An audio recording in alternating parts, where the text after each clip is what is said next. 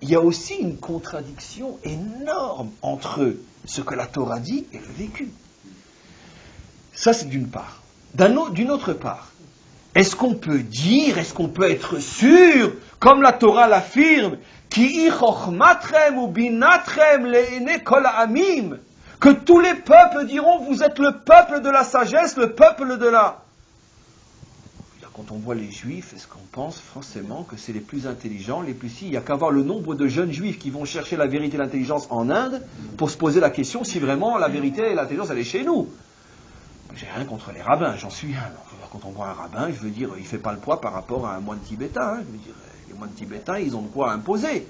Ou un philosophe, ou ci, ou ça, etc. Non, je m'amuse, vous savez, mais je dis un petit peu la vérité. C'est tellement évident que la Torah est au-dessus de tout. Moi, je suis rabbin, je peux le dire. C'est tellement évident. C'est plutôt tellement voilé. Donc là aussi, quand Dieu nous a donné cette Torah, qui est la bénédiction, qui est la réponse à tout, qui est la sagesse du monde, c'est ce que lui dit, mais va t'amuser à le dévoiler. Dieu l'a complètement voilé. Et il dit aux hommes, c'est à vous de le dévoiler. Moi, je sais que ma Torah est la réponse à tous les problèmes de l'humanité. Moi, je sais que ma Torah, c'est la bénédiction pour toutes les malédictions de l'humanité. Moi, je sais que ma Torah, c'est la sagesse modèle, référence pour toutes les sagesses de l'humanité. Mais je vous le dis, c'est à vous de le dévoiler. Moi, je vais le voiler, cette chose-là. Je ne vais pas vous le mettre sur un plateau d'argent. Je vous dis ce qu'est la Torah, mais c'est à vous de le dévoiler. Quoi, vous vous attendiez à ce que je vous donne non seulement la Torah, et en plus tout de suite je fasse de vous un peuple de... Non mais, ça va pas, non? C'est à vous de le dévoiler. Ça veut dire que finalement, Dieu a créé le monde sur le principe de deux joyaux, qui sont la création et qui sont la Torah. Ces deux diamants, il les a mis comme les diamants au plus profond de la terre. Et au plus profond de la terre, avant d'arriver au diamant, il faut se fatiguer, il faut creuser. Il faut tenter, il faut aller, il faut investir, il faut prendre le risque de perdre. Et puis quand tu arrives enfin au diamant, il faut le sortir et il est sale. Et il faut nettoyer, et nettoyer, et nettoyer, et nettoyer, jusqu'à ce que tu arrives enfin au diamant.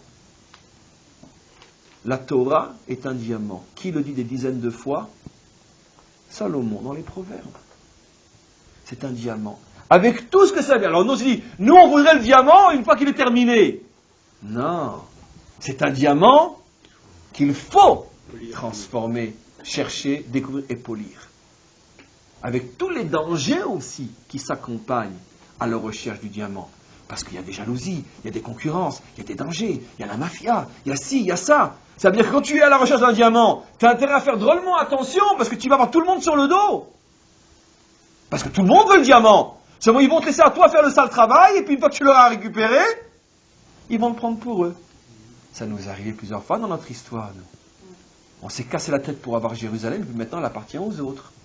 Tout d'un coup, c'est devenu la capitale des autres. On a pris tous les risques et tous les dangers pour apporter la Torah au monde, mais d'autres prétendent que non. C'est eux qui sont Israël, pas nous. Donc attention, il y a toujours ceux qui laissent faire le travail difficile et dangereux, et qui sont là pour récupérer le travail fini. Donc c'est pas évident, c'est pas facile. C'est pour ça, encore une fois, que ces deux dates ont été cachées pour bien nous faire comprendre ce qu'est notre travail sur Terre. Et je résume pour terminer. Enfin, pour terminer, après je dois encore expliquer deux choses, Zikaron et Troua, mais ça c'est facile. Encore une fois, comprendre que le monde a été créé il n'y a pas si longtemps que ça, c'est affirmer, comprendre, ressentir que la vie a un sens. Je ne viens pas d'un saint, je viens d'un Dieu créateur, il n'y a pas si longtemps que ça, et il attend que je travaille et c'est bientôt fini, il faut se dépêcher, il n'y a pas de temps à perdre. C'est ce qui me responsabilise. Mais ça c'est caché, c'est à moi de le découvrir. De même, comprendre que l'instrument pour arriver à donner un sens à la vie, c'est la Torah. Et bien que tu pourrais superficiellement apporter 1000 preuves qu'il y a d'autres choses que la Torah, c'est pas la seule chose, c'est à toi de dévoiler, de comprendre, de découvrir qu'il n'y a rien qui peut se mesurer dans ce monde de la Torah. Seulement si tu ne fais pas l'effort de le découvrir, tu ne pourras pas le découvrir. Maintenant, on va comprendre, c'est facile, pourquoi ce jour s'appelle Yom Zikaron. Parce que, comme la plupart des choses que Dieu nous demande de découvrir, il l'a inscrit au plus profond de l'âme. Vous savez, comme cette histoire que j'ai déjà racontée 1000 fois, notre tradition rapporte dans son langage parabolique que l'enfant, le fœtus dans le ventre de sa mère, apprend toute la Torah, et quand il sort, il y a un ange qui vient qui lui fait oublier. Et après, il doit de nouveau l'apprendre. La question est évidente, sans rentrer dans les détails de la parabole. Si de toute façon, je dois tout réapprendre, tu l'as fait oublier, alors pourquoi je l'ai appris dans le ventre de ma mère? Parce que, une fois que tu l'as appris au moins une fois, même quand on te l'a fait oublier, elle reste dans ton subconscient. Et donc, c'est un problème de mémoire, de souvenir. Le fait que tu aies la Torah inscrite en toi, c'est ce qui va t'aider à la réétudier. Parce que si elle n'était pas inscrite en toi, tu aurais beau l'étudier, tu ne la comprendrais pas. Donc on te l'a donnée au plus profond de toi pour que tu n'aies que à la redécouvrir. De la même manière, Dieu a inscrit à l'intérieur de chaque homme cette vérité qu'il sait au plus profond de lui-même. Bien sûr que le monde a un créateur. Vous savez qu'il y a des théories scientifiques ô combien respectables qui ont prouvé que la probabilité, selon les théories soi-disant scientifiques, de la rencontre de particules qui auraient formé un monde aussi incroyable que le nôtre, la probabilité est celle de demander à un singe de se mettre devant un piano et que comme ça, par hasard, il sortirait la 5e symphonie de Beethoven. C'est écrit clairement par des savants eux-mêmes. Ça veut dire qu'il y avait une chance sur des milliards de milliards que le monde apparaisse comme il est apparu. Donc on préfère dire que c'est ce qui s'est passé plutôt que de reconnaître l'évidence. C'est un être sage qui a créé un monde sage. Mais qu'est-ce qui vous gêne à dire ça? Et parce que ça m'engage, ça me dérange. Je préfère dire que c'est une possibilité sur des milliards. Vous comprenez? Donc, c'est évident qu'il n'y a pas un homme sur terre, même un papou. Tous les hommes savent que le monde a été créé. C'est pour ça que la Torah dit simplement, souviens-toi, sois honnête, tu l'as en toi cette vérité. Alors arrête de la refouler, laisse-la jaillir, sois intègre, n'aie pas honte de dire que le monde a été créé et qu'on n'est pas des produits de particules. Car c'est tellement évident qu'une chose aussi incroyable que l'homme, aujourd'hui, de l'œil, on ne connaît que 1 milliardième de l'œil. L'œil est d'une des parties du corps encore les plus méconnues. L'œil! Et tout ça, c'est fait tout seul. Ça, c'est Yom Zikaron. Yom Troua, c'est quoi Yom Troua? Pourquoi ça va avec le Zikaron? Vous savez, on sait très bien en psychologie ou tout simplement en sciences humaines que le cri est libérateur. Le cri est quelque chose qui permet des fois de faire sortir les choses du plus profond de l'homme. Mima makin karaticha, disait David Ameller, des plus profonds de mes entrailles, je crie vers toi. Le cri, qu'est-ce qu'il fait? Le cri, il réveille, il va chercher, c'est comme une canne à pêche. Le cri, il va chercher au plus profond de l'homme.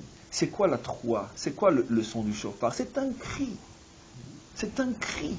Bien sûr, on expliquera la semaine prochaine pourquoi cette corne, quel rapport aussi avec le sacrifice d'Yitzhak, comme on connaît. Mais d'abord, à notre niveau, c'est un cri.